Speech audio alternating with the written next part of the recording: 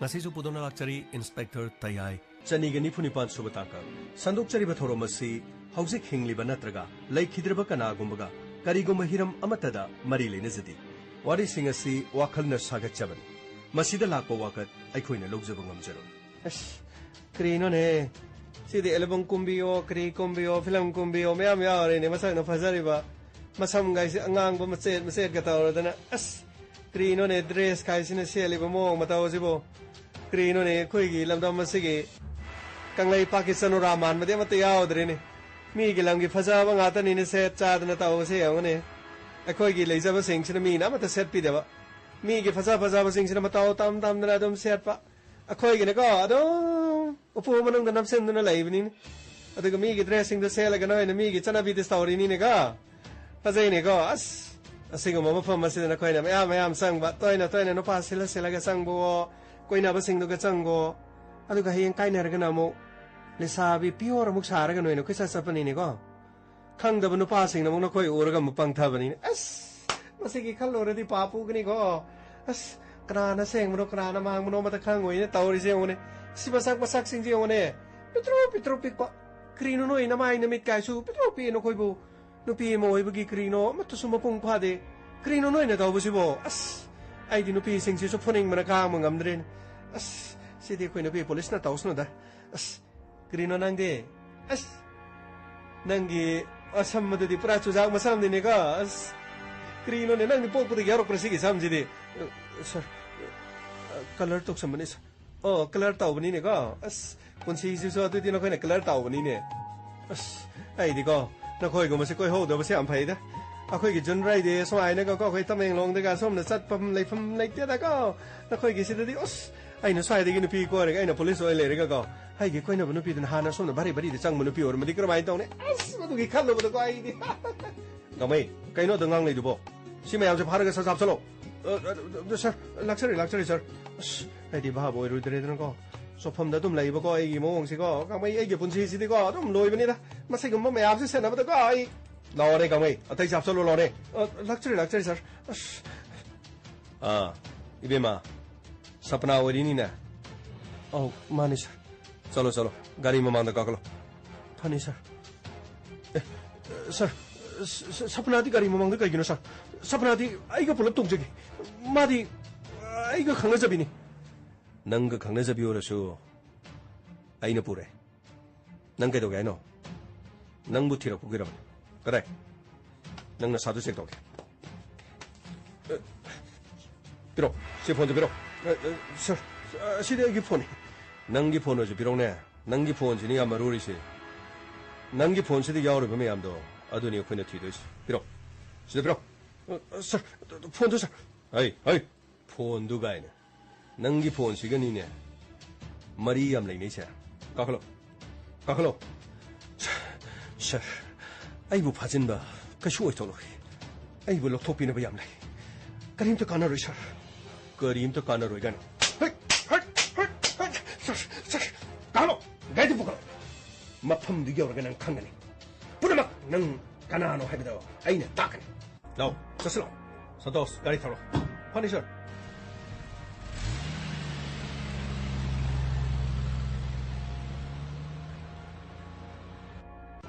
Curry! Inspector Tayana Raja Pakreva. Madi Matokramna. Matokramna. Sir, Nupi Masamaga program to Vanena restaurant the Sapormal. Restaurant the key, Pabo Mal. Curry. Restaurant Unababu. Police na Pavayabra. Police na Pavayabra. Hey, Madugi Inspector do Matona Yam lady. Ma Karimata Matu later, Brava. Restaurant the Nupiang Unabasumana Pagaladi. Madi. Super Coptare. Ha. Yam na sing manium sa porgadi. Super Coptare. Laybak sida amot pakyalay. Police na Karimata Makoy Tabon. Makoy Kang Labakya. Makoy Mama Makta the Pashakai Mama from Kay Oriman. I say, Langa Pai be Orim living. I coin it away Yaba, Kang Labanida. Mana Matona lay beside. I got Marilyn of a meek for the Mokparagamana. Pipe. ai hojik call tawri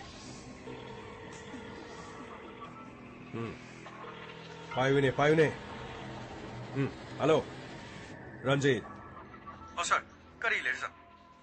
karino na khoigi police department ne tawrisibu thabak amata leitrabro Sir, kari le rabage wafam do hana habiyo sir. nate na khoigi inspector te aina tawrisibu karino Sir, kari muk torke sir. mana aigi mi oriba rajabu restaurant amadagi nupi ga fai hai magi mathau sibu kari mata leitrabo nupi angang mari leina ba thodo wa tho aduga ngarang na hanta aigi naw nu pa thoi bagi punchi loi chali bana tro madugi case pabu loi dri on tho ga mana aigi mi ni hai ba sing adu mana pharaga kari lamano mana khumningi sibo nakhoi dum yeng dono lerge haibro aine nakhoi gi damak tawkibedo kari mata khangdrabra ranje Sir, madugi wafam do di akwada kari gumai information am tabi banati. Station amagi inspector mana tawko thabakti. Madugi report bona lakala panatana madu da kwada kari ta khangma ngamti. Ranjit nangu ACP natro kari mata bagi mafamda ya thang amata tawbu ngamdrabo aigi mini ko yam thono thado hai apaboy restaurant da nupi angang una babu police na pharaga ai wai ngoning de bot mayani ko ai kari mata tawning de hai sin inaw nu pasi khibagi poloi khibagi sanskar gi mari phawbada motriban marak asida mahana nakhoi adum yengdunu lerge habra Sir, ai kayo khara yeng sindaki. Atopa kari case ta chena bajano. Hauju jigi da ina udri banina hekta haru bdiaro. Kari lege habdo ai am thangche. Ranjit hang manate thadok pane ina pams thadok pa ai madugi dam to wanganing de ko nakhoi na phana ba kharasilo ai bu station adu de chalaga haijan nan natraga nakhoi na ngamoi hargana ngamoi hekta hai Sir, adugi nate sir. Kari gumba topa case na ramagadi madu khangdraga da ina hekta. Ranjit ai bu kari mata khangda ba tahan ganu ne sigum ba sidiga sunati ni sidagi henba drug ki case ke ada imung manung chena rakada ai khoina tawkiba sing nang kaurabra wayang aning de ai ngonda ain talakan season ningba matam tawningba matam da kari tawbi ai dong thon sin yaba ngakani aduga angang ma sadong na ngonda ne sanabadi sanarakanu Ranjit ngamoi harakana ngamoi hai aishu hauji siba makinati vote ka dabagi mai thirga leibagi wan adubu masidi rajniti gi hongnabi amuk kaba amuk kumba amuk kaba ai amu hana karak loi haningai di leitini ko Ranjit aina karak laba matam adudadi nakhoisho ai ngonda haijarok loi haningai di leitabra khale Ranjit Sir, adugi wafam kari imta leiti sir. Inspector te ai haribdo. Khara mana yam na kanba. Ai gi shu ai gi bhai amadi bhai gi macha amagi case ama complaint di. Aduna sir, ai madugi matam adu da mahak kanano haiba. Ai muna khangkhram. On khalaga ai fawba da mahangna pare sir. Masi wafam se thamaga ai karino khara yeng sanjagi. pare Ranjit pong amagi matungda paw piro maduda ngamdragana karino upai leitragade ai di satata ai gi mido khut thabe yarko Pare sir, ai am to phanab sinjagi. mi singse kaya da ngakram magi matamda loina songna banga ngasi aina ai gi phiran mamai chumda matamda ai gi ni haba mi mata leisalakri adugo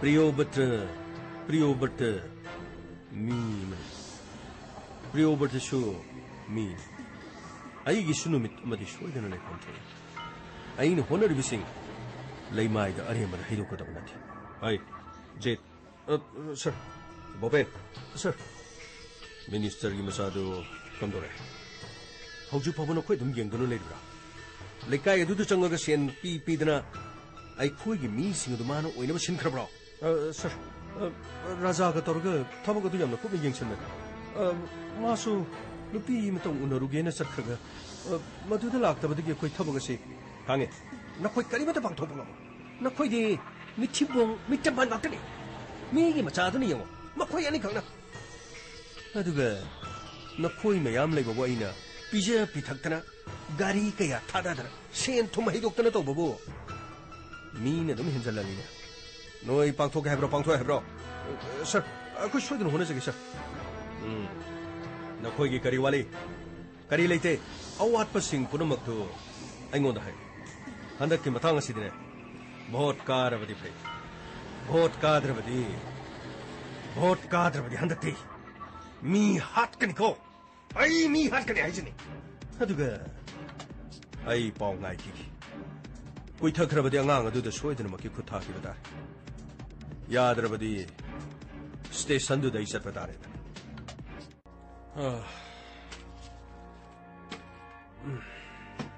ꯁꯥꯔ ꯆꯦꯟꯅꯕ ꯔꯥꯖꯥ ꯐꯔꯦ ꯀꯁꯇꯗꯤꯗꯕꯨ ꯆꯪꯈ꯭ꯔꯦ ꯅꯨꯄꯤ ꯃꯆꯥꯗꯨ phone ꯑꯃꯇ ꯇꯧ ꯁꯥꯔ ꯁꯥꯟꯇꯤ ꯁꯥꯟꯇꯤꯗ ꯃꯥꯒꯤ case ꯑꯗꯨꯗ ꯆꯦꯟꯅꯕ ꯔꯥꯖꯥ ꯐꯥꯔꯦ ꯑꯗꯨꯒ ꯃꯆꯤꯟ ꯍꯪꯉꯒ ꯑꯆꯨꯝ ꯑꯔꯥꯟꯗꯨ ꯀꯔꯤꯅꯣꯗꯣ ꯑꯩꯈꯣꯏ ꯈꯪꯅꯕ ꯍꯣꯠꯅꯔꯤ ꯍꯥꯏꯗꯅ ꯄꯥꯎꯗꯣ ꯍꯔꯥꯎꯖꯅꯕ ꯑꯝꯇ ꯇꯝꯀꯣ ꯐꯅꯤ ꯁꯥꯔ ꯁꯥꯔ ꯑꯩ ꯑꯝꯇ ꯆꯪꯖꯔꯛꯀꯦ ꯁꯥꯔ ꯀꯩꯗꯧꯔꯦ ꯒꯥꯡꯃꯩ ꯁꯥꯔ ꯍꯧꯖꯤꯛꯀꯤ ꯃꯤꯗꯣ ꯁꯥꯔ ꯐꯨꯕ ꯍꯧꯕ ꯌꯥꯔꯗ꯭ꯔꯥ ꯁꯥꯔ ꯉꯥꯏꯈꯣꯅꯦ ꯒꯥꯡꯃꯩ ꯐꯨꯕ ꯌꯥꯗ꯭ꯔꯤ ꯁꯟꯇꯣꯁꯇꯣ ꯍꯥꯟꯅ ꯀꯧꯔꯣ ꯑꯗꯨꯒ ꯃꯍꯥꯛꯀꯤ ꯃꯣꯕꯥꯏꯜꯗꯨꯗ ꯌꯥꯎꯔꯝꯕ ꯚꯤꯗꯤꯑꯣꯁꯤꯡ ꯃꯨꯊꯠꯈꯤꯕꯅꯆꯤꯡꯕ ꯄꯨꯂꯞ ꯆꯤꯡꯈꯠꯂꯒ ꯔꯦꯁꯇꯣꯔ ꯇꯧꯔꯒ ꯀꯔꯤ ꯀꯔꯤ ꯌꯥꯎꯒꯦꯗꯣ ꯃꯗꯨ ꯍꯥꯟꯅ ꯈꯪꯊꯣꯛꯑꯒ ꯀꯦꯁ ꯑꯗꯨꯒ ꯃꯔꯤ ꯂꯩꯅꯕꯗ ꯊꯤꯒꯠꯂꯒ ꯋꯥꯍꯪ ꯄꯥꯎ ꯆꯠꯊꯒꯗꯕꯅꯤ ꯃꯥꯒꯤ ꯐꯣꯟ ꯑꯗꯨ ꯄꯥꯏꯒꯦ ꯌꯥꯗ꯭ꯔꯤꯗꯣ ꯑꯥꯔꯊ ꯂꯩꯔꯕꯅꯤ ꯃꯗꯨ ꯍꯥꯟꯅ ꯑꯃꯨꯛꯇ ꯁꯟꯇꯣꯁꯇ ꯊꯕꯛꯇꯨ ꯂꯧꯁꯤꯜꯂꯛꯑꯣ ꯑꯗꯨꯕꯨꯗꯤ ꯁꯥꯔ ꯁꯟꯇꯣꯁꯅ ꯉꯁꯥꯏꯗꯒꯤ ꯀꯔꯤꯅꯣ ꯃꯣꯏ ꯁꯥꯏꯕꯔꯒꯤ ꯍꯧꯅꯕꯤꯗꯨ ꯀꯔꯤꯅꯣ ꯌꯥꯝ ꯇꯧꯔꯤꯕꯅꯤ ꯁꯥꯔ ꯑꯗꯨ ꯁꯥꯔ ꯑꯗꯨꯒꯤ ꯚꯤꯗꯤꯑꯣ ꯀ꯭ꯂꯤꯞ ꯐꯣꯇꯣꯁꯤꯡꯗꯨ ꯌꯥꯎꯗ꯭ꯔꯁꯨ ꯁꯥꯔ ꯐꯨꯕ ꯍꯧꯅꯤꯡꯉꯦ ꯁꯥꯔ ꯑꯩꯗꯤ ꯉꯥꯏꯈꯣꯅꯦ ꯅꯪꯕꯣ ꯅꯈꯨꯠꯇꯨꯁꯨ ꯌꯥꯗ꯭ꯔꯤ ꯉꯁꯥꯏꯁꯨ ꯃꯤ ꯍꯦꯛꯇ ꯐꯨꯏ ꯀꯃꯥꯏꯅ ꯇꯧꯕꯅꯣ ꯅꯪ ꯇꯧꯏꯁꯤꯕꯣ ꯁꯥꯔ ꯁꯤꯗꯤ ꯀꯔꯤꯁꯨ ꯅꯠꯇꯦꯗ ꯈꯤꯇꯪ ꯈꯦꯠꯈꯤꯕꯒꯤ ꯈꯣꯠꯈꯤꯕꯒꯤ ꯇꯧꯕꯒꯤ ꯋꯥꯅꯤꯗ ꯁꯥꯔ ꯁꯤꯕꯨꯗꯤ ꯁꯥꯔ ꯅꯍꯥꯟ ꯚꯦꯛꯁꯤꯟ ꯀꯥꯞꯄꯗꯨꯅ ꯍꯦꯟꯅ ꯅꯥꯏꯌꯦ ꯁꯥꯔ ꯏꯍꯦ ꯑꯗꯨ ꯑꯣꯏꯔꯁꯨ ꯅꯈꯨꯠꯇꯨ ꯏꯍꯧꯒꯅꯤꯅꯦ ꯅꯈꯨꯠꯇꯨ ꯂꯦꯡꯒꯅꯨꯅꯦ ꯑꯇꯩ ꯂꯩꯔꯤꯁꯤꯡꯁꯦ ꯑꯗꯨꯝ ꯇꯧꯔ ꯂꯣꯏꯔꯦ ꯑꯁ ꯑꯗꯨꯒꯤ ꯅꯠꯇꯦꯗ ꯁꯥꯔ ꯁꯤꯗ ꯏꯆꯟ ꯑꯃ ꯂꯥꯛꯑꯒ ꯃꯃꯤꯠꯇꯒꯤ ꯃꯄꯤ ꯇꯥꯕꯗꯣ ꯑꯗꯨꯒꯤ ꯑꯃꯨꯛ ꯅꯨꯡꯉꯥꯏꯇꯕꯅꯤꯅꯦ ꯁꯥꯔ ꯃꯇꯨꯡ ꯃꯅꯥꯎ ꯇꯧꯗꯅꯕ ꯀꯔꯤꯅꯣ ꯄꯔꯥ ꯈꯔ ꯇꯝꯕꯤꯍꯧꯗ꯭ꯔꯗꯤ ꯁꯥꯔ ꯂꯝꯗꯝꯅꯔꯛꯇꯅ ꯂꯝꯗꯝꯁꯤꯒꯤ ꯁꯅꯨꯔꯥꯁꯤꯡꯁꯦ ꯂꯣꯏꯅ ꯃꯥꯡꯕ ꯇꯥꯔꯦꯗ ꯁꯥꯔ ꯀꯔꯤꯅꯣ ꯐꯣꯇꯣꯒꯥꯏꯗꯣ ꯈꯔ ꯀꯥꯞꯇꯅ ꯈꯣꯠꯇꯅ ꯄꯥꯎꯃꯤꯁꯤꯡꯒ ꯀꯧꯔꯒ ꯁꯤꯒꯤ ꯀꯔꯤꯅꯣ ꯁꯦꯇꯦꯂꯥꯏꯠ ꯆꯦꯅꯦꯜꯁꯤꯡꯗ ꯀꯔꯤꯗ ꯄꯥꯎ ꯆꯦꯁꯤꯡꯗ ꯂꯣꯏꯅ ꯍꯥꯞꯇꯅ ꯈꯣꯠꯇꯅ ꯇꯧꯕ ꯑꯃ ꯆꯪꯉꯦꯗ ꯁꯥꯔ ꯍꯣꯏꯅꯦ ꯑꯗꯨꯕꯨꯗꯤ ꯂꯣꯏ ꯇꯧꯒꯅꯤꯅꯦ ꯒꯥꯡꯃꯩ ꯂꯣꯏꯅ ꯐꯥꯈꯤꯕ ꯈꯨꯗꯤꯡꯃꯛ ꯂꯣꯏꯅ ꯑꯩꯈꯣꯏꯅ ꯎꯠꯂꯤꯗꯨꯗꯤ ꯀꯔꯤ ꯇꯧꯔꯒꯦꯗꯣ ꯑꯁ ꯁꯥꯔ ꯃꯁꯤꯃꯗꯤꯈꯔ ꯄꯔꯥꯁꯤ ꯈꯔ ꯐꯖꯅ ꯇꯝꯅꯤꯡꯕꯅꯤꯀꯣ ꯁꯥꯔ ꯑꯇꯩꯒꯤ ꯅꯠꯇꯕ ꯁꯥꯔ ꯃꯥꯒꯤꯁꯦ ꯃꯇꯨꯡ ꯃꯅꯥꯎ ꯃꯥꯒꯤ ꯄꯔꯥꯁꯇꯒꯤ ꯈꯪꯉꯒ ꯑꯩꯈꯣꯏꯒꯤ ꯅꯨꯄꯤ ꯁꯅꯨꯔꯥꯁꯤꯡ ꯂꯩꯕꯁꯤꯡꯗꯨ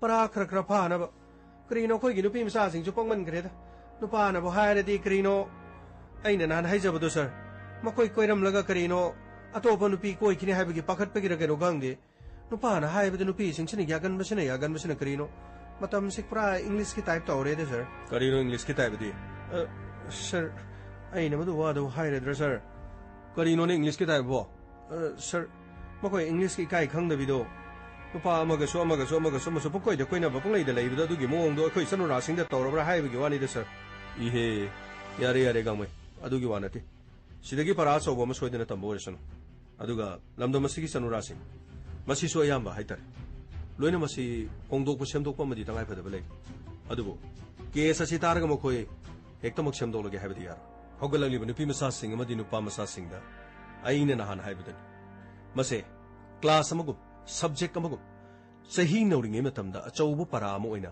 ꯂꯣꯏꯅ ꯇꯝꯕꯤꯒꯗꯕꯅꯤ ꯃꯔꯨꯑꯣꯏꯅ ꯏꯟꯈꯠꯂꯛꯄ ꯃꯇꯝ ꯀ꯭ꯂꯥꯁ 8, 9, 10, 11, 12 ꯐꯥꯎꯕꯒꯤ ꯃꯅꯨꯡꯗ ꯑꯁ ꯑꯗꯨꯒ ꯁꯥꯔ ꯀꯔꯤꯅꯣ ꯑꯗꯨ ꯂꯥꯏꯔꯤꯛ ꯇꯝꯕꯤꯕ ꯑꯣꯖꯥꯗꯨꯅ ꯑꯃꯨꯛ ꯁꯥꯇ꯭ꯔꯁꯤꯡꯗ ꯑꯗꯨ ꯑꯃꯨꯛ ꯇꯝꯕꯤꯔꯣ ꯑꯃꯨꯛ ꯁꯥꯇ꯭ꯔꯁꯤꯡꯗꯣ ꯑꯃꯨꯛ ꯃꯈꯣꯏꯅ ꯑꯃꯨꯛ ꯀꯣꯏꯈꯠꯂꯛꯑꯗꯤ ꯀꯃꯥꯏꯅ ꯇꯧꯅꯤ ꯁꯥꯔ ꯀꯔꯤꯅꯣ ꯒꯥꯡꯃꯩ ꯅꯪ ꯍꯥꯏꯗꯨꯕꯣ ꯁꯣꯔꯤ ꯁꯥꯔ ꯁꯥꯇ꯭ꯔꯤ ꯂꯥꯏꯔꯤꯛ ꯇꯝꯕꯤꯕꯁꯤꯡꯁꯨ ꯃꯈꯣꯏꯕꯨ ꯂꯥꯏꯔꯤꯛ ꯇꯝꯕꯤꯕ ꯑꯣꯖꯥꯁꯤꯡꯅ ꯂꯧꯕ ꯈꯣꯠꯄ ꯀꯣꯏꯅꯕ ꯈꯣꯠꯄ ꯑꯗꯨ ꯀꯔꯤꯅꯣ ꯇꯧꯕꯁꯨ ꯃꯌꯥꯝ ꯂꯩ ꯃꯗꯨꯒꯤ ꯈꯨꯗꯣꯡꯆꯥꯕ ꯑꯃꯨꯛ ꯂꯧꯈꯤꯗ꯭ꯔꯥ ꯁꯕꯖꯦꯛꯁꯤꯡꯗꯣ ꯑꯃꯨꯛ ꯇꯥꯛꯄꯤꯕꯗ ꯑꯣꯖꯥꯁꯤꯡꯗꯨꯅ ꯅꯨꯄꯤ ꯃꯆꯥ ꯃꯁꯛ ꯐꯖꯕꯁꯤꯡꯗꯣ ꯑꯃꯨꯛ ꯕꯦꯔꯥ ꯀꯥꯔꯛꯀꯗ꯭ꯔꯥ ꯑꯃꯨꯛ ꯈꯟꯕ ꯋꯥꯅꯤꯗ ꯑꯩꯈꯣꯏ ꯂꯝꯗꯝꯁꯤꯗꯤ ꯕꯦꯔꯥ ꯇꯧꯕꯅꯤꯅ ꯈꯪꯗꯦꯗ ꯁꯥꯔ ꯈꯜꯂꯨꯔꯒ ꯀꯔꯤꯅꯣ ꯄꯨꯛꯆꯤꯡꯗ ꯆꯤꯡꯅꯩꯗ ꯑꯃ ꯈꯜꯂꯁꯨ ꯑꯃ ꯁꯣꯏꯕ ꯌꯥꯎꯏ ꯈꯪꯗꯦꯗ ꯁꯥꯔ ꯀꯔꯤꯅ ꯍꯥꯏꯒꯗꯕꯅꯣ ꯈꯪꯗꯦꯗ ꯆꯨꯝꯃꯤ ꯒꯥꯡꯃꯩ ꯑꯗꯨꯕꯨꯗꯤ ꯌꯥꯎꯗꯕ ꯅꯠꯇꯦ ꯑꯣꯖꯥꯒ ꯁꯥꯇ꯭ꯔꯤꯒ ꯐꯖꯈ꯭ꯔꯕ ꯃꯔꯤ ꯑꯁꯤꯗ ꯑꯣꯖꯥꯅ ꯁꯥꯇ꯭ꯔꯤ ꯂꯧꯁꯤꯟꯕ ꯑꯗꯨꯒ ꯂꯥꯏꯔꯤꯛ ꯇꯝꯕ ꯂꯥꯛꯄꯤ ꯃꯍꯩꯔꯣꯏꯁꯤꯡꯗ ꯅꯠꯇꯕ ꯃꯤꯠꯌꯦꯡ ꯌꯦꯡꯕ ꯑꯃꯗꯤ ꯅꯨꯡꯉꯥꯏꯇꯕ ꯊꯧꯗꯣꯛ ꯋꯥꯊꯣꯛ ꯋꯥꯔꯗꯦꯟ ꯀꯌꯥꯅ ꯁꯥꯇ꯭ꯔꯤꯁꯤꯡꯒꯤ ꯏꯖꯠ ꯁꯣꯛꯄ ꯀꯌꯥ ꯌꯥꯎꯈ꯭ꯔꯕꯅꯤ ꯑꯗꯨꯕꯨ ꯃꯗꯨ ꯄꯨꯝꯅꯃꯛꯗꯣ ꯌꯨꯝꯗ ꯂꯩꯔꯤꯕ ꯃꯃꯥ ꯃꯄꯥꯁꯤꯡꯅ ꯃꯆꯥꯁꯤꯡꯕꯨ ꯇꯥꯛꯄꯤ ꯇꯝꯕꯤꯕ ꯑꯃꯗꯤ ꯃꯈꯣꯏꯕꯨ ꯀꯣꯏꯅꯗꯅ ꯂꯣꯏꯅꯔꯒ ꯍꯥꯏꯔꯤꯕꯁꯤꯡ ꯑꯁꯦ ꯈꯪꯍꯟꯕ ꯑꯃꯁꯨ ꯆꯪꯏ ꯑꯗꯨꯒ ꯍꯥꯏꯔꯤꯕ ꯍꯤꯔꯝ ꯑꯁꯤ ꯍꯧꯗꯣꯛꯇ꯭ꯔꯕꯗꯤꯅꯦ ꯑꯍꯣꯡꯕ ꯂꯥꯛꯎ ꯍꯧꯗꯣꯛꯂꯕꯗꯤ ꯁꯣꯏꯗꯅ ꯃꯁꯤꯒꯤ ꯑꯍꯣꯡꯕ ꯑꯃ ꯂꯥꯛꯀꯅꯤ ꯀꯅꯥꯅꯣ ꯁꯤꯅ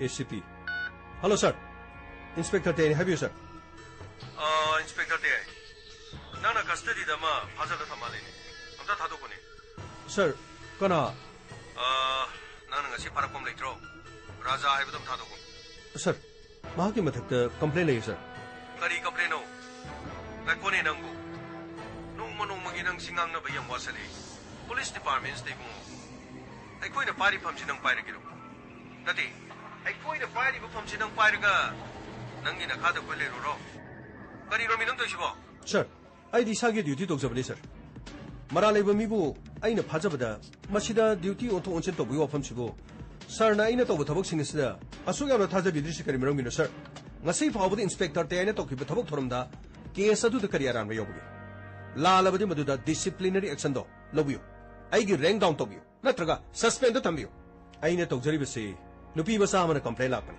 madugi matungina aina thabak ase bai khachabani aina lokhatsariba case asigi matungina aina thankalapa charge aduda apen pen de yengbiyo aduga mara leiba mi asigi mahaki dandidi sar khoina pibi gada boiram da mali kanino nang haido nang na haido kanino sir aina haijabadi aina phajarik leba mi asi masagi statement loro matungda madugi charge sheet adu court thankalaga court na dandi pije gadabri haijariba sar khoina dandi pige dabu oiram loi haijariba ai inspector te ai na thak thung bagai si kanino khandra mali na songyam nu phallene na ai khoina haibusu khara dum to na thak thong bagi order in da bai si nang na sana maduda lakadaba phol du nang khangani sir aina thak thong singbu ikai khomna jai adubu tawfam thokpa ain gi punamak chanabi punamak police inspector amana mahak masagi duty tawjaba matamda maduda asoi soide haibasidi aina torigliba thabak adu kona piraka duba rai adugi matungina lekkoda boramani masida mathak thongba officer na aigi fam amade aigi duty da ka hena yengsin fam thoktabra haina kale inspector te nang na sogna na phale nang yam hen maleko ai wa hage thado ko haibadi thado ko ai khoi da sune mathak thongba gi pressure lai oh adudi sir ex MLA Priyobertana adom de action to birakro nate sir Priyobataga Maria Shamlai na bilisibu police department sibu sagai natai marup mapang isil inaw mathak thongba makha thongba ni yengnergadi karam kada sumo por kodorge sir inspector te nang ngali budu kana atro nang ngali budu kana atro sir ai gidi no look chabani request ni ai na haribsini thado ko haribadi thado ko adudi sir sarga iga ngangna riba record asina ai kari tawjo haibano kari ngasisu record nang na thong yam farida pai ibran mathak thongba chingda nang na tawdu thabakse ai tamgani sir na tambining ba tambiyo sir na tawba singsu mathak thongba sing aduda khudam sangdam ga loinana soiden uchagan phone thamjaba yaradra sir inspector tay kana lawbiyo sir adu su adum record chidi gaujari nang ai thameko ai ha aba ngaktani pharaktana wahang pahang bagi statement pa balodri aduga thado koin angak panatrayo ekoi gi lebak sida siguma singsina police ki makok thong bani lerga karam kaduna sakhotoisu sir ngasai na aina phoba hoge haisu sir na yade sir khara phona phado male da sir ha lerga krino aso sana mo phone toraga thado kidok siro khara ye horadi sir matung manao lam hendana bakra krino para khara ta hobna pharoidra sir ningsing higa ye bedasu phana nungai gi ni khale da sir ngamai thado haina hairaglabasu mafam masidagi chen khre hairaga makoi singase achaubu parata migedabani para machanati santosh to karo aduga ma ke thabak to lor brang wahang pahang bada nungai na ba phu bada nungai na ba khara suno karo si yorabadi kuche mareng chal phu ba ya ba furga mana to khibasinga mari othor na da chalo khara suno karo pani sir ai kau jarke sir sir I am the sangjar sir santosh te lakre sir sango santosh ꯉꯁꯥꯏꯗꯒꯤ ꯅꯪ ꯉꯥꯏꯔꯤꯕꯅꯤ sir video clip ꯑꯃꯗꯤ photo ꯄꯨꯝꯅꯃꯛ ꯁꯥꯟꯇꯤꯒꯤ ꯑꯗꯨꯒ phone ꯑꯁꯤꯗꯗꯤ ꯁꯥꯟꯇꯤ ꯈꯛ ꯅꯠꯇꯕ ꯑꯇꯣꯞꯄ ꯅꯨꯄꯤ ꯀꯌꯥꯁꯨ ꯌꯥꯎꯔꯤ ꯀꯔꯤ ꯑꯇꯣꯞꯄ ꯅꯨꯄꯤꯁꯤꯡ ꯃꯥꯅꯤ ꯁꯔ ꯅꯨꯄꯤꯁꯤ ꯐꯅꯌꯥꯝ ꯌꯥꯝꯃꯤ ꯁꯔ ꯃꯍꯥꯛꯇꯤ ꯃꯁꯤꯒꯨꯝꯕ ꯊꯕꯛꯁꯤꯗ ꯈꯔ ꯍꯩꯅꯕꯖꯥꯠꯅꯤ ꯁꯔ ꯌꯥꯝꯅ ꯅꯨꯡꯉꯥꯏꯔꯦ ꯍꯧꯖꯤꯛꯇꯤ ꯄꯨꯂꯤꯁꯀꯤ ꯀꯁꯇꯗꯤꯗ ꯃꯁꯥꯅ ꯃꯔꯥ ꯂꯩꯕ ꯊꯕꯛ ꯇꯧꯔꯨꯕꯗ ꯀꯔꯤ ꯆꯩꯔꯥꯛ ꯐꯪꯉꯦ ꯍꯥꯏꯕꯗꯨ ꯈꯪꯍꯟꯕ ꯇꯥꯔꯦꯗꯅ ꯃꯗꯨꯒꯤ ꯃꯇꯝ ꯌꯧꯔꯦ ꯆꯪꯅꯕ ꯇꯧꯁꯤꯂꯥ ꯐꯅꯤ ꯁꯔ ꯉꯥꯎꯃꯩ ꯅꯪꯗꯤ ꯅꯈꯨꯠꯇꯨ ꯏ ꯍꯧꯒꯅꯤ ꯃꯄꯥꯟꯗ ꯂꯩꯔꯝꯃꯨꯀꯣ ꯅꯠꯇꯦ ꯁꯔ ꯑꯩ ꯁꯨꯝ ꯈꯨꯠ ꯑꯣꯏ ꯌꯥꯗ꯭ꯔꯁꯨ ꯁꯔ ꯁꯤꯒꯤ ꯌꯦꯠꯀꯤ ꯈꯨꯅꯤꯡꯁꯤꯅ ꯁꯨꯝ ꯊꯤꯟꯒꯦ ꯁꯔ ꯈꯨꯠ ꯅꯥꯝꯃꯅꯁꯨ ꯌꯥꯅꯤꯡꯉꯦ ꯁꯔ ꯇꯧꯕꯗꯤ ꯌꯥꯒꯅꯤ ꯁꯔ ꯑꯩ ꯑꯗꯨꯒꯤꯗꯤ ꯍꯩꯅꯩꯌꯦ ꯁꯔ ꯀꯔꯤꯅꯣ ꯒꯥꯎꯃꯩ ꯅꯪꯅ ꯃꯤ ꯑꯁꯨꯝ ꯐꯨꯅꯤꯡꯉꯤꯁꯤꯕꯣ ꯁꯔ ꯑꯩꯅ ꯃꯤ ꯐꯨꯅꯤꯡꯕ ꯅꯠꯇꯦ ꯁꯔ ꯃꯔꯥꯜꯒꯤ ꯃꯇꯨꯡ ꯏꯟꯅ ꯃꯈꯣꯏꯅ ꯃꯔꯥꯜ ꯂꯥꯟꯕꯁꯤꯡꯗꯣ ꯃꯥꯅ ꯇꯧꯈꯤꯕ ꯊꯕꯛꯁꯤꯡꯗꯣ ꯈꯪꯍꯟꯒꯦ ꯁꯔ ꯑꯩꯒꯤ ꯈꯨꯠꯁꯤ ꯌꯥꯗ꯭ꯔꯁꯨ ꯁꯔ ꯉꯛꯊꯤ ꯆꯞꯄꯒ ꯁꯔ ꯇꯦꯒꯤ ꯑꯗꯨꯃꯥꯏꯅ ꯑꯣꯏꯅ ꯆꯞꯄꯒ ꯊꯝꯒꯦ ꯁꯔ ꯊꯣꯛꯄꯅꯤꯗ ꯒꯥꯎꯃꯩ ꯂꯥꯎ ꯆꯪꯁꯤꯜꯂꯣ ꯑꯁ ꯐꯅꯤ ꯁꯔ ꯅꯨꯡꯉꯥꯏꯖꯔꯦꯗꯀꯣ ꯑꯁ ꯁꯨꯃꯥꯏꯅ ꯆꯞꯄꯒ ꯂꯩꯔꯣꯏꯗꯀꯣ ꯁꯨꯃꯥꯏꯅ ꯇꯧꯔꯒ ꯈꯨꯅꯤꯡꯁꯤꯅ ꯌꯥꯅꯤꯗ ꯑꯁ ꯌꯥꯒꯅꯤꯗ ꯁꯤ ꯌꯥꯔꯤ ꯐꯅꯌꯥꯝ ꯀꯜꯂꯤꯗ ꯑꯩꯒꯤ ꯌꯦꯠꯁꯨꯀꯣ ꯑꯁ ꯅꯨꯡꯉꯥꯏꯔꯦ ꯑꯁ ꯁꯟꯇꯣꯁꯇꯤ ꯌꯥꯝ ꯀꯜꯂꯤꯅꯦ ꯊꯣꯡꯒꯥꯏꯁꯦ ꯀꯔꯔ ꯆꯤꯡꯉꯤꯅꯦ ꯒꯥꯎꯃꯩ ꯌꯥꯝ ꯅꯨꯡꯉꯥꯏꯔꯤꯀꯣ ꯑꯁ ꯃꯤꯁꯤꯗꯤ ꯌꯥꯝꯈ꯭ꯔꯦꯗꯀꯣ ꯑꯗꯨ ꯅꯈꯣꯏ ꯃꯌꯥꯝꯁꯤꯡꯗꯤ ꯍꯥꯏꯐꯦꯠ ꯅꯨꯄꯤ ꯎꯅꯔꯨꯕꯒꯤ ꯀꯔꯤꯒꯤ ꯑꯣꯏꯔꯝꯒꯅꯤꯀꯣ ꯑꯗꯨ ꯀꯔꯤ ꯔꯥꯖꯥ ꯍꯥꯏꯕ꯭ꯔꯥ ꯀꯔꯤꯅꯣ ꯔꯥꯖꯥ ꯁꯥꯍꯦꯕ ꯀꯔꯤꯅꯣ ꯅꯤꯡꯊꯧ ꯁꯨꯡꯑꯣꯏ ꯑꯣꯏꯗꯅ ꯅꯤꯡꯊꯧ ꯑꯣꯏꯕꯣ ꯃꯃꯤꯡꯗꯒꯤ ꯅꯤꯡꯊꯧ ꯑꯣꯏꯕꯅꯤꯅꯀꯣ ꯂꯥꯛꯀꯦ ꯅꯪꯒꯤ ꯃꯇꯝ ꯌꯧꯈꯤ ꯂꯥꯛꯀꯦ ꯁꯣꯝꯗ ꯑꯩ ꯅꯈꯣꯏ ꯑꯇꯩꯗꯨ ꯁꯤꯗ ꯄꯔꯦꯡ ꯂꯦꯞꯄꯣ ꯁꯣꯝ ꯅꯥꯀꯟꯗ ꯄꯔꯦꯡꯁꯤꯗ ꯁꯤ ꯄꯔꯦꯡ ꯂꯦꯞꯄꯣ ꯐꯣꯂꯦꯟ ꯅꯃꯥ ꯅꯄꯥꯁꯤꯡꯗꯨ ꯂꯣꯏꯅ ꯄꯥꯎ ꯄꯤꯈ꯭ꯔꯕꯅꯤ ꯅꯈꯣꯏꯒꯤ ꯅꯁꯛꯁꯤꯡꯗꯨ ꯌꯦꯡꯅꯤꯡꯗꯕ ꯈꯪꯗꯦ ꯍꯧꯖꯤꯛꯐꯥꯎ ꯂꯥꯛꯇꯦꯅꯦ ꯍꯥꯏꯌꯨ ꯅꯈꯣꯏ ꯀꯔꯤ ꯄꯥꯝꯃꯤ ꯑꯝꯇ ꯍꯥꯏꯌꯨ ꯁꯦꯡꯅ ꯔꯥꯖꯥ ꯅꯠꯇꯅ ꯅꯈꯣꯏ ꯁꯤꯗ ꯂꯩꯕꯁꯤꯡ ꯀꯔꯤ ꯄꯥꯝꯃꯤꯅꯣ ꯍꯥꯏꯌꯨ ꯁꯔ ꯑꯩꯈꯣꯏ ꯃꯇꯨꯡ ꯃꯅꯥꯎ ꯁꯔ ꯔꯦꯁꯇꯨꯔꯦꯟꯗ ꯑꯝꯇ ꯆꯪꯖꯔꯔꯣꯏꯁꯤ ꯀꯔꯤ ꯅꯃꯥ ꯅꯄꯥ ꯄꯜꯂ ꯋꯥꯁꯛ ꯉꯝꯗ꯭ꯔꯣ ꯅꯃꯥ ꯅꯄꯥ ꯄꯜꯂ ꯋꯥꯁꯛ ꯉꯝꯗ꯭ꯔꯕ ꯅꯄꯨꯟꯁꯤꯗ ꯅꯨꯡꯁꯤꯅꯕ ꯅꯨꯄꯤ ꯀꯥꯏꯅꯒꯦ ꯑꯃꯨꯛ ꯍꯟꯅ ꯔꯦꯁꯇꯨꯔꯦꯟ ꯆꯪꯉꯣꯏ ꯍꯥꯏ ꯉꯝꯗ꯭ꯔꯣ ꯅꯁꯛꯁꯤꯡꯗꯨꯒ ꯋꯥꯁꯛꯄꯗ ꯀꯤꯗꯧꯕ ꯃꯤ ꯑꯃꯠꯇ ꯌꯥꯎꯗꯦꯅꯦ ꯀꯩꯁꯨ ꯈꯜꯂꯣꯏꯅꯦ ꯄꯣꯠ ꯂꯩꯊꯣꯛꯈꯤꯕꯗ ꯑꯗꯨꯝ ꯅꯋꯥ ꯂꯧꯗꯦꯅ ꯑꯗꯨꯝ ꯆꯪꯈꯤꯅꯤꯅꯦ ꯁꯟꯇꯣꯁ ꯆꯩꯗꯣ ꯄꯨꯊꯣꯔꯣ ꯀꯟꯊꯧ ꯐꯅꯤ sir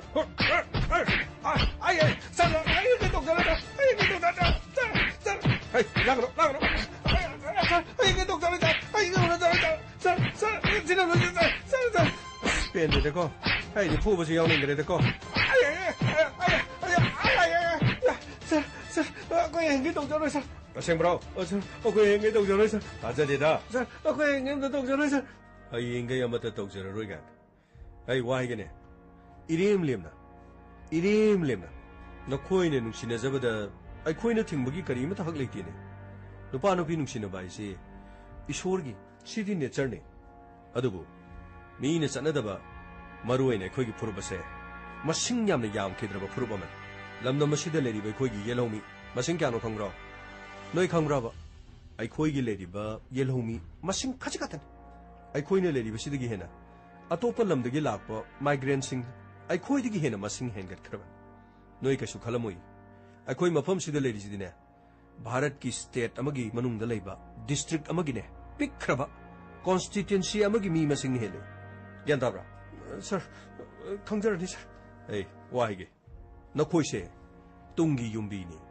Nakoi namu nakoi ginasana susiem dana, nakoi gipun sige tangkak kaya da amuk sat kadoriba.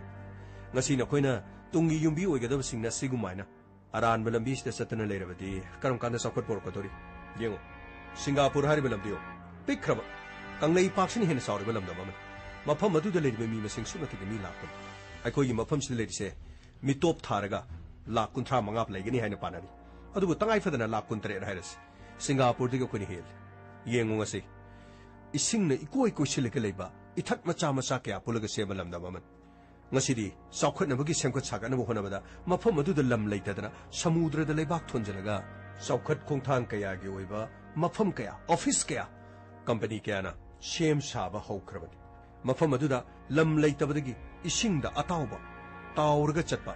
Maming leraba Apple company gumba kaya na. Ising mathag aduda shopping mall gumba kaya hangba hokraban. Aiko gilamda masin kari tawi. Cheng kilo 5 fadi. Lambi sembi de. Itay lokong sembi. Aduga lomi singi har ningtizana panghandi.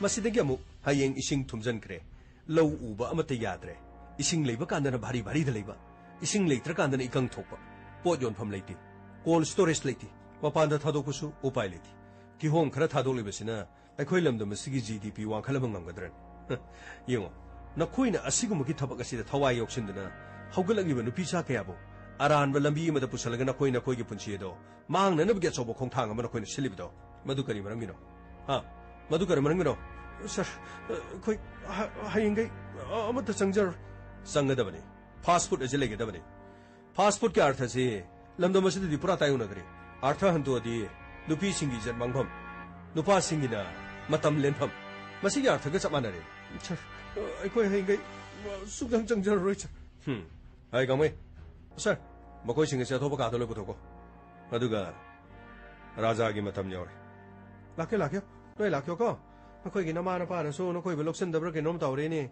krino khoi di thamam su leite krino khang de da mafam masida sa ga da su khongdrom mari ne ke na leita ba yen thong su pija bangam de do ko di kada de na khoi di yen thong mu di pija ba di ha ru khoi phaw ba chani nga leite lakyo sonda lakyo ne sonda sir som no mu phu de sir ai phu ba no khoi kri su wa ga no da phu ba gi di ko sai khile ba myam chengo sima panda leba sai se ama mamam tek kro ko mo chena bane lakyo song ka da lakyo se Mr. Raja nang no pi kya ro punchi mangali ja inspector ai no pi ma de gi punchi mangan ke balai ai ga lang mine kibi sapna no khoi ne sapna kai thame sapna do nanga muning bro sapna u bani karim to waru ko chi obra Nangi phones de yauri bi chenu bi jigana nang hai bang amoy nupi sigi maming santi ki video photo si kana da nang kap khre inspector mado ai gi oi ba wafam ne kari nang gi oi ba wafam adi ai gi oi ba wafam adi ai ga santi ga mari leina ba oh santi ga nang mari leina ba ngasi unabaduna sapna hayena kana unadorige ngarana kana gunage nangna sumna toriba nupi sibu nupi kya surge ba nupi kya surge inspector aingoda khutarakan fuge hero aingoda fuge hero inspector aina aigi nupi nushina bada nakhoige karina thulege aina koining nupi koige aina nupiga mari leinaning ba leinagani mado bharat ke karamba samvidhan da nupa mana nupi ani ahum koi di yade hai basibo karamba samvidhan ke karamba article diga hoge inspector ai gona khatar karo masi manam tatri bhaw yaroi dori phuga da ba yamna wale karamba article diga hoge ai namna khamra songi sibu ukilla advocate LLB lawyer bro hey nang na nupi koi ning koi beda koi na thingna da basunati mado ai khoi gi kari mata darka lai adubo police na kari gumba case samada khut thingjalak pa hai bese kari gumba khara lai rabane hai bese mun khang maramdi police na thabak khudi mak to khut thingjan ba ya da ba laite kari gumba hiram maduda complaint lak na bari nangi na thak tasu kari ai gi thakta ai thakta kari complaint mane nangi na thakta su complaint kanana ai thakta kanana santi ge kari santi de ga mari lene sabri ai ga nushine sabagi yana sabagi ai na video to ina namane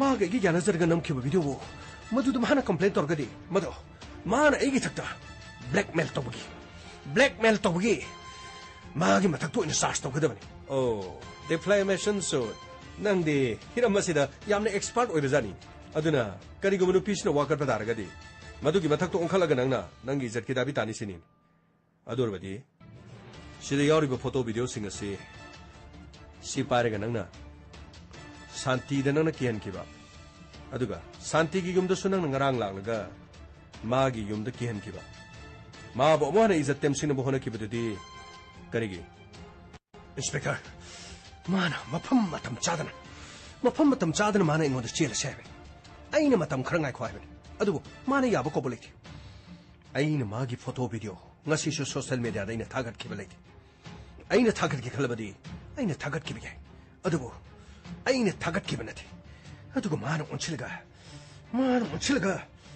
ai gi thata kamira nam kamira kedodiba nang kedodiba nang kedodiba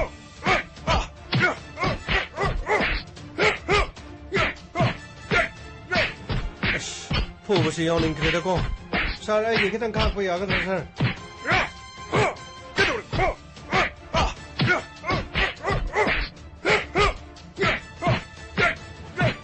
살. 살. 아이 또 들어오게.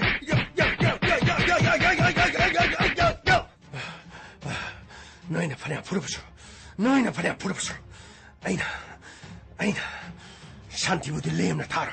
그 아담이 요새 들이노니. 산티 레임나 타로 이간 하이네. 아무것도 좋된 게 되마세. 야래 강매. 탐고. 마하 신이야로. 마카당원도. 아두가 이싱 하이라가 띵가가 타고. 아두가 마카타는 푸시. sir. 그대로 라제. sir. XML에 내서. XML에. 레라모 라케. 하말라 타모. 푸우기 먹고 단지. sir. 시등 갔던 링셈비요. sir, 만ung도 타보면 떠리. 톨러게 해리. 아이라이 하바 하이크러브 너들어. 그리 타보는 많은 떠리고. 미라이 할지 톨럭도 너들어. 그리 떠리게 마보. sir.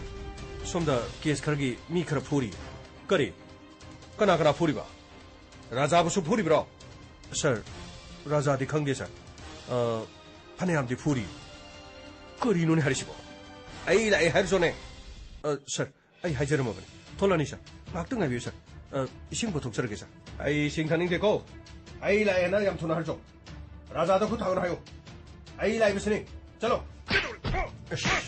कना नुनी मनम फूरीसिबो 야너 티를 보리다고 라자하게 건재 주말에 그리 눈이 들지고 에이 너 거기 인스펙터 때도 괜찮게 그럼 토를 걸어오네 에이 레헤오 XMLA 프리오 브라타 sir 살라 피리 करीनो inspector I लाए हारगमी फूदना सुमलेरिसिबो वरो बिबेदे sir case खरद सेनबने मीगी नुपी मसा इजन मांगहनबो होनबा 푸드 야다가 떠오르네.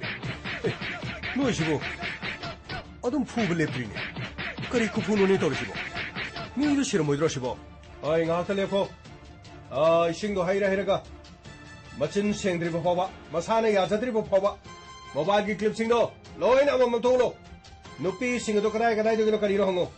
아두가 아생 뭐 좀도 그리노 아이도 이몽 만웅 거우러가다. 마기 스테트먼트 이게 돌বে. 샤. 푸부 독서고 해버려 sir. 도코가 하당 도코 말레를 푸시. 아이디 sir. 카라가 튕기가 오네 sir. 마야도 아니로 홈라디 그래노 떼부디 말레 sir.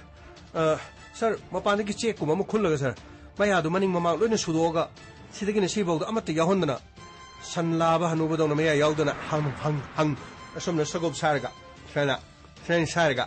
스마이 들어가 야나나 탐바디 그래가 sir. 가마이 밀랭에코. sorry sir. 너코이기시 마펌 마시다 미 와락 리브나 너트라가 미 할라가 나이코 노이시 카나기 비스노 마펌 마시다 너나 타박 타레시고 인스펙터 때 낭기시아 탐 나나잉오데 시그널이 나트라 자 까리노 와펌시고 라피리부기 마람 치네 까리 마람 아드가 아이고 마펌 마시다 폴리스 헤드쿼터에 떠오기바디 없나 마시디 아이기 마펌 마팜 마시다 폴리스 옵사르마부 아잉고온데기 헤나 사오게라 피케라 마팜 마시다디 마두사나바야라 인스펙터 라자 타도 낭나 팜바 세 라이피 라자 타도 오 사르기시디 앵고온데 마팅나바 라이보레 파레 아이 라자 타도케 아두어르바디 산티기 이젯 사나피오 산티기 아노보 마포마 사나피오 산티 사르기 차누피 오름 타르가디 아동기 차누피다 라자나 이젯 로르가 모바일 더 비디오 클립 아마디 포토 클립 케야 로르가 소셜 미디어다 타갓 안는버기 담키 더가 누피 마사드 한진 이젯 망한 타르가디 아동 거리 와이니 인스펙터 아춤만에 인 하이저르 베시 sir 마두기 샤키 ꯃꯗꯨꯒꯤ ꯁꯥꯈꯤ ꯀꯔꯤ ꯂꯩ ꯃꯗꯨꯒꯤ ꯁꯥꯈꯤ ꯍꯥꯏꯕꯕꯨ ꯃꯣꯕꯥꯏꯜꯁꯤꯗ ꯌꯥꯎꯔꯤꯕ ꯀ꯭ꯂꯤꯞꯁꯤꯡ ꯑꯁꯤꯅꯤ ꯑꯗꯨꯕꯨ ꯑꯗꯣꯝꯅ ꯌꯦꯡꯕꯗ ꯅꯨꯡꯉꯥꯏꯔꯣꯏ ꯀ꯭ꯂꯤꯞꯁꯤꯡ ꯑꯁꯤꯗ ꯌꯥꯎꯔꯤꯕꯁꯤ ꯑꯗꯣꯝꯅ ꯊꯥꯖꯅ ꯌꯦꯡꯒꯦ ꯍꯥꯏꯕ ꯇꯥꯔꯒꯗꯤ ꯑꯗꯣꯝꯒꯤ ꯂꯣꯏꯅꯕꯤ ꯄꯨꯕꯤꯔꯣ ꯃꯔꯝꯗꯤ ꯅꯨꯄꯤ ꯃꯆꯥ ꯑꯁꯤꯒꯤ ꯏꯖꯠ ꯑꯃꯨꯛ ꯍꯟꯅ ꯈꯣꯡꯒꯣꯏꯅꯕ ꯄꯥꯝꯗꯦ ꯃꯔꯝ ꯑꯗꯨꯅ ꯁꯥꯟꯇꯤꯒꯤ ꯄꯨꯟꯁꯤ ꯃꯥꯡꯍꯟꯕꯗ ꯅꯠꯇꯅ ꯐꯣꯟ ꯑꯁꯤꯗ ꯌꯥꯎꯔꯤꯕ ꯁꯥꯟꯇꯤꯒꯨꯝꯂꯕꯤ ꯃꯁꯛ ꯃꯃꯤꯡ ꯈꯪꯗꯕ ꯅꯨꯄꯤ ꯀꯌꯥꯁꯨ ꯌꯥꯎꯔꯤ ꯃꯥꯒꯤ ꯃꯆꯤꯟ ꯍꯪꯗꯕ ꯌꯥꯔꯣꯏ ꯂꯩꯕꯥꯛ ꯑꯁꯤꯗ ꯂꯩꯔꯤꯕ ꯆꯤꯞ ꯃꯤꯅꯤꯁꯇꯔꯅ ꯊꯥꯗꯣꯛ ꯍꯥꯏꯔꯕꯁꯨ ꯏꯟꯁꯄꯦꯛꯇꯔ ꯇꯌꯥꯏꯅ ꯁꯨꯡꯊꯥ ꯊꯥꯗꯣꯛꯂꯣꯏ ꯀꯔꯤ inspector mister X M L A ꯃꯐꯝ ꯑꯁꯤꯗ ꯂꯥꯎꯈꯣꯡꯒꯅꯨ ꯃꯁꯤ ꯅꯪꯒꯤ ꯅꯌꯨꯝ ꯅꯠꯇꯦ ꯀꯔꯤ ꯑꯩꯒꯤ ꯏꯊꯛꯇꯁꯨ ꯅꯪꯅ ꯑꯣꯟꯈꯠꯂꯒ ꯑꯗꯣꯝ ꯀꯔꯤ ꯑꯣꯏꯕꯤꯔꯤꯒꯦ ꯑꯗꯣꯝꯗ ꯑꯩꯅ ꯏꯊꯛ ꯑꯍꯟ ꯑꯃꯅꯤ ꯍꯥꯏꯗꯨꯅ ꯔꯦꯁꯄꯦꯛ ꯇꯧꯕ ꯈꯛꯇꯅꯤ ꯍꯥꯟꯅꯒꯤ ꯑꯦꯝ ꯑꯦꯜ ꯑꯦ ꯑꯣꯏꯔꯝꯃꯦ ꯍꯥꯏꯗꯨꯅ ꯅꯪꯒꯤ ꯌꯨꯝꯒꯤ ꯃꯤꯅꯥꯏ ꯑꯣꯏꯍꯟꯒꯦ ꯍꯥꯏꯔꯣ ꯅꯠꯇꯦ ꯅꯪꯒꯤ ꯌꯨꯝꯒꯤ ꯅꯨꯄꯤ ꯑꯉꯥꯡꯒꯤ ꯐꯤꯁꯨ ꯍꯥꯏꯔꯣ 인스펙터 따야이 능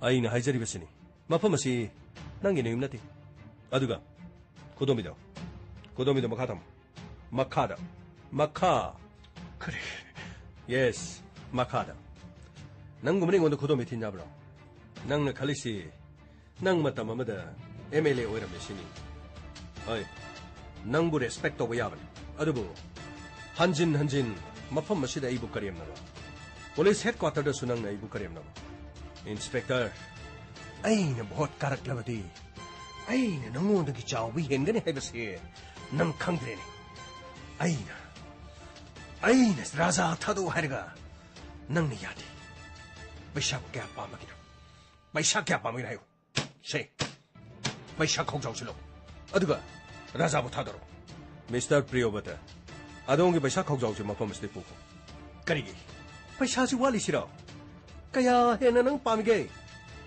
ए यामलबने नसुंग न मानब सिंगी खरा खरा पिरगा कोक लौरगा चक्की बंगाक्तने हई लोचलो थादरो ए नोय कना ले मनुंग दले राजा दो थादरो पुथरो कना मत पुथो पेरोय ngasai pubu le padu abuk pubu ho pagani sir inspector nang na ibu chingna ba 한잔 하려 보고다 nang na iwa bu koppa Mr. Priyobata mafam masida changnaga sai saning drabadi yam thuna mafam se sa kari kari gijai sai hai babu police officer amada on duty paisa pina ba corruption tawna ba hona ba gidama adiga 아잉온다 겐bagidama 아이디 너한테 겐키발 있잖아 겐키발 있더라수 낭나 떠오리바 낭게 소베디 낭나 캉드레 아이시 아라이브네 하이나 칸미브로 아이기 가시데 파리바 CCTV 카메라나 아도나 떠오리바 푸나막 레코드 떠 나학나 낭이바 와팜 마마디 나학나 떠오리바 메야마세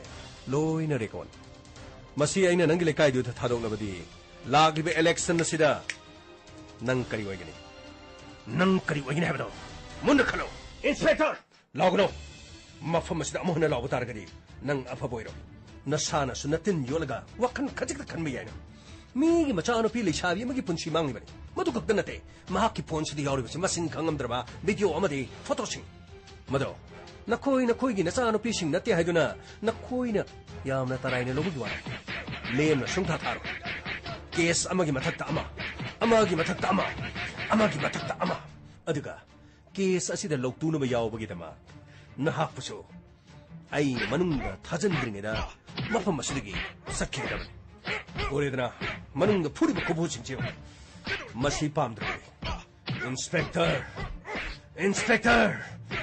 inspector तयाय मफम असिदा खोंजेन कन्ना लाउबिगन ख्वाइदगी फबदी अथुबा मतमदा लेंबिखिबेया आई सोइदन लागने court के चेपुरगा आई सोइदन लागने 마부 벨다이나 소이드나 럭토온가니 마부 벨다 럭토पदी पाक ओइररोय मागी मथक्ता लेरिब case मसिंग यामी case असिगी साखी पुनमा witness एखोइद लेरबन मदुदा corona महाकु bell पीनना बाहाइबदो ओइरोय कानरोय योबिरसी खंगिदरा नखोइ खंगनेबा आइना ex MLA ओइबसिदा आइना vote कारकु मतमदा num sir ngahakang pu kisra sir ngahakang pothara sira sir gamai yare magi maral sing adu loine yabra yadabra idu ai amu thang ki funny sir som da song birok sir Hojik phawba machin sengdribro. Mr. Raja. Say kayam sara kanda sengba haigadeno. Santibu nang na blackmail tawkiba. Aduga. Mapam sidi auriba. Nupi masa sing si maming tayo. Sasara nung ne.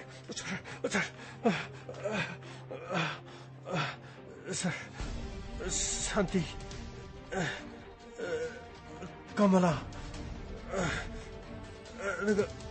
Sidi. Inaw tumbi. Sidi. Anjali. Sina. Maming kauri. Sir. Maming kauri. Sir. Maming kauri gan. Nupi kaya marum nang na. Ijat manghalaga. Asum na nupi sing sana putum sana ba duga. Maming kauri haring. Nupi sing ase amam taning singa damani. Makoi kauraga kes amam palalaga. Nangi na thakta makoi na laman singna na ba. Madugi tanja aduni lariksi. Hauji nangi upai kari mataliki. Nang na nasana na ranya jaba haibasina.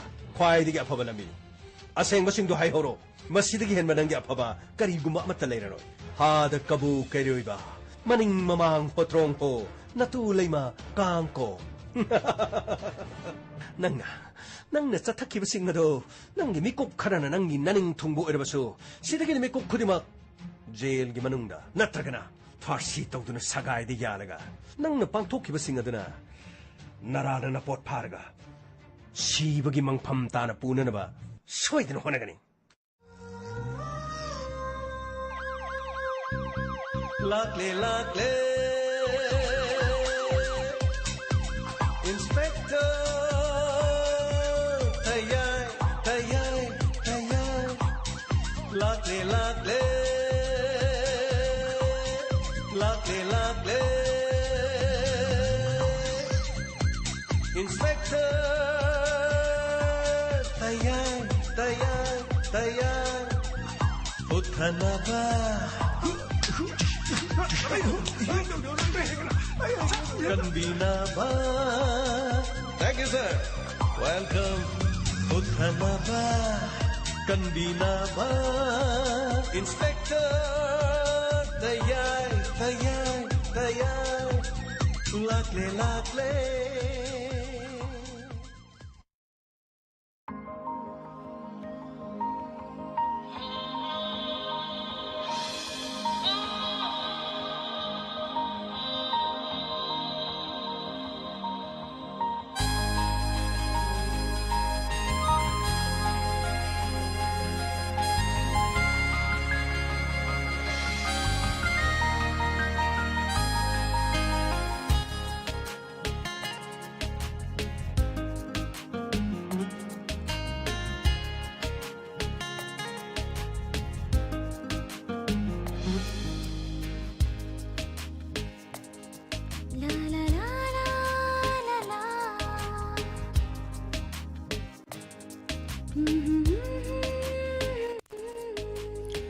Hana Thagachari, Asi Sandok Saliba Inspector Tayay.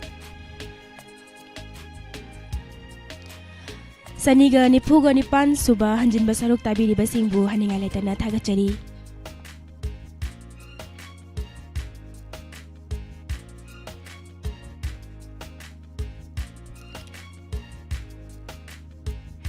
Labsata Laibiri ba Ichilang lento na sim Sir Tayay wali yam na fazay Hain haibiri yam na ngajay Ichi Ganita Devi Sir wali yam na fazay ta bagi pen balaite Hain so haibirak ba Thagachari se Ichi Rina Thangjam Ruksina wali nungaraga loy khari hai Makha tarak padum hayeng pungpham si magtada muktaminasi Manitombi asem wali si yam na fazay Hain so haibiri che bila bibi Maibam gang maymuk nungay ba laizatre.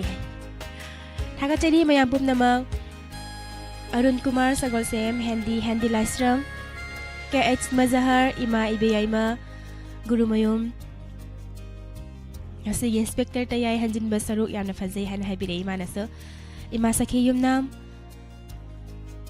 Thagachari mayampum namang ngasi YouTube live chat talay ba Miyay chahung ga kon gatarit Thagachari Vimsa Ningthaujam Thangjam Anjana Sanjoy Pangambam Thagachari mayam pumnamak Isai amatang kudol tamjage Sir James ki khonjel da sakli bai isai ni kudol tamchari mayam puna taminasi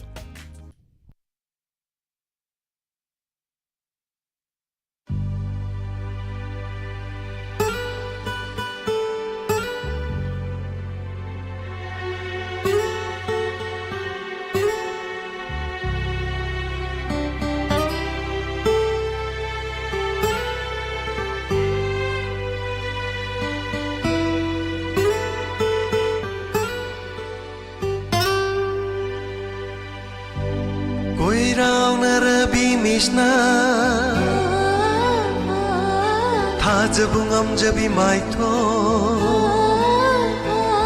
Koi rao narabi Mishna Thajabungam jabi maitho Kayada ningthi jariba Kayada ningthi jariba Koi rao narabi Mishna Thajabungam jabi maitho Koi rao narabi Mishna Thajabungam jabi maitho Kayada ningthi jariba Kayada ningthi jariba Laklo ne nangbu aige inaksida Laklo ne nangbu aige inaksida Momo noklo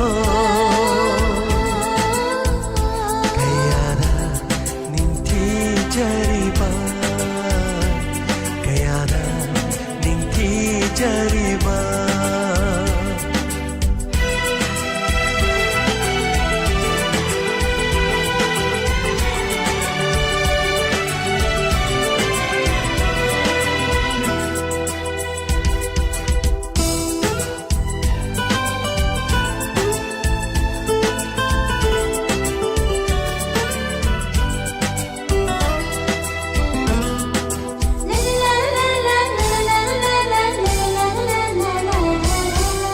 Lairang tambalgum ningthi jabi maitho angang ba lairangum tangang la chimba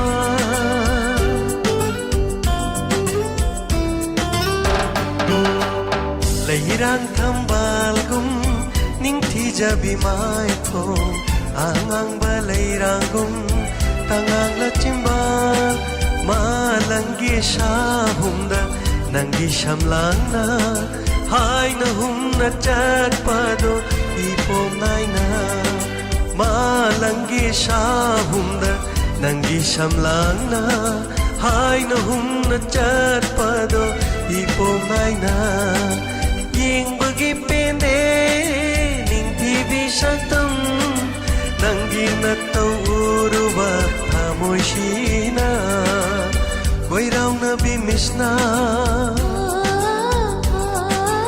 Thajabungam jabi maitho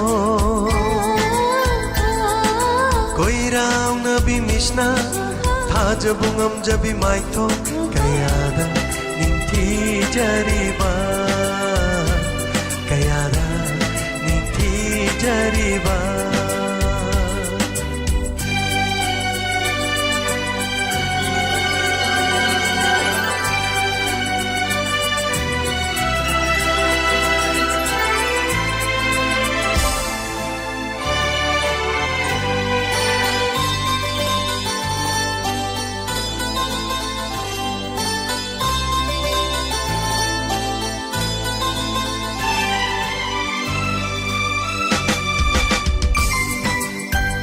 Jabase yabiradi aigi punsi she kathok sage na phamda punsi chupa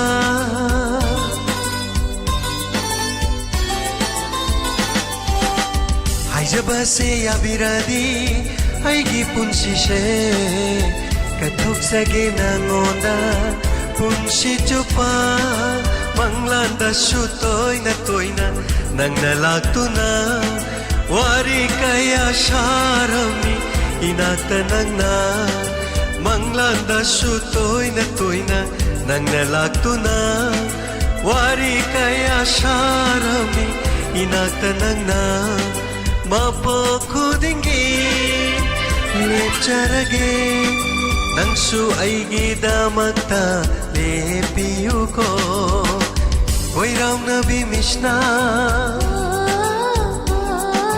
thajabungam jabi maitho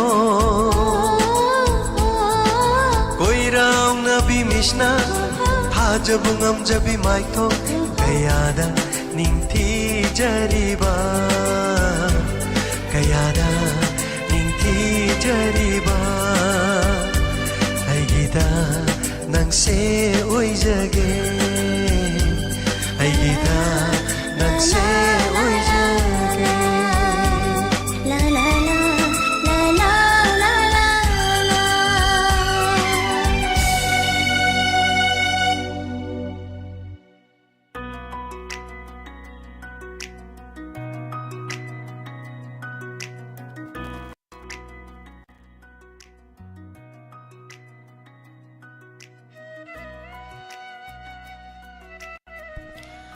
Thagachari mayam pumnamak atenba break amagi matung ngasigi lanthok sagani live chat program thoramasida mayam puna amuk saruk yaminasi makeup sigi wainadi mayam dagi makeup khardang lathok sage amukana khurumjari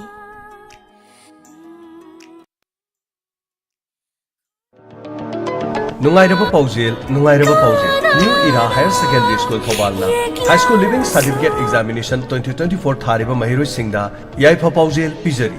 Loina na hauki bachahi ke adagi school lasina leptona class 11 science ki special free foundation course